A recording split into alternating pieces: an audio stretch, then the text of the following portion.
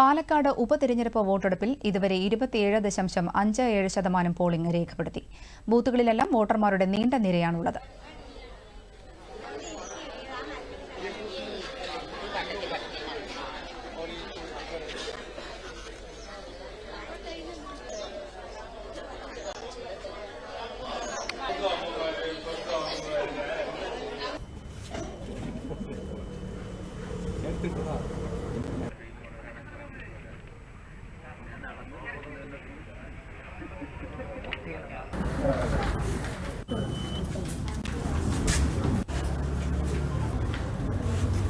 ക്രമ number 55, ക്രമ number 180, first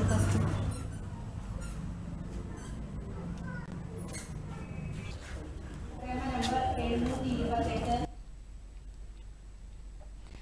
NDA സ്ഥാനാർത്ഥി C Krishnakumar ഭാര്യയ്ക്കൊപ്പം കൽപ്പാത്തി അയ്യപുരം GLP സ്കൂളിൽ വോട്ട് ചെയ്തു.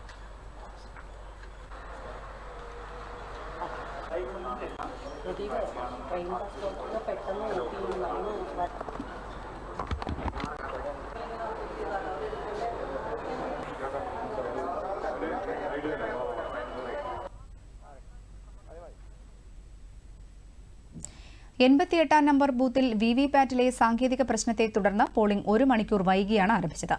LDF സ്ഥാനാർത്ഥി പി സരൻ വോട്ട് ചെയ്യാനെത്തിയ ബൂത്തിലാണ് സാങ്കേതിക പ്രശ്നമുണ്ടായത്. പോളിംഗ് വൈകിയതിനെ തുടർന്നുണ്ടായ തിരക്ക് മൂലം വോട്ട് ചെയ്യാനാകാതെ സരൻ മടങ്ങി.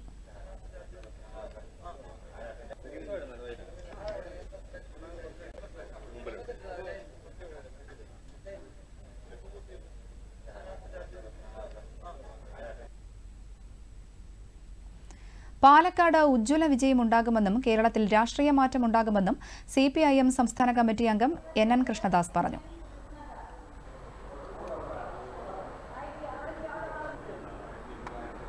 LDF ചരിത്ര വിജയം നേടും. ഈ തെരഞ്ഞെടുപ്പിൽ ഉജ്ജ്വലമായ വിജയത്തിലേക്ക് LDF മുന്നേറിക്കൊണ്ടിരിക്കുകയാണ്. ഈ ഉപതെരഞ്ഞെടുപ്പ് വിജയം പാലക്കാട്ട് വലിയ മാറ്റങ്ങളാണ് ഉണ്ടാക്കുക.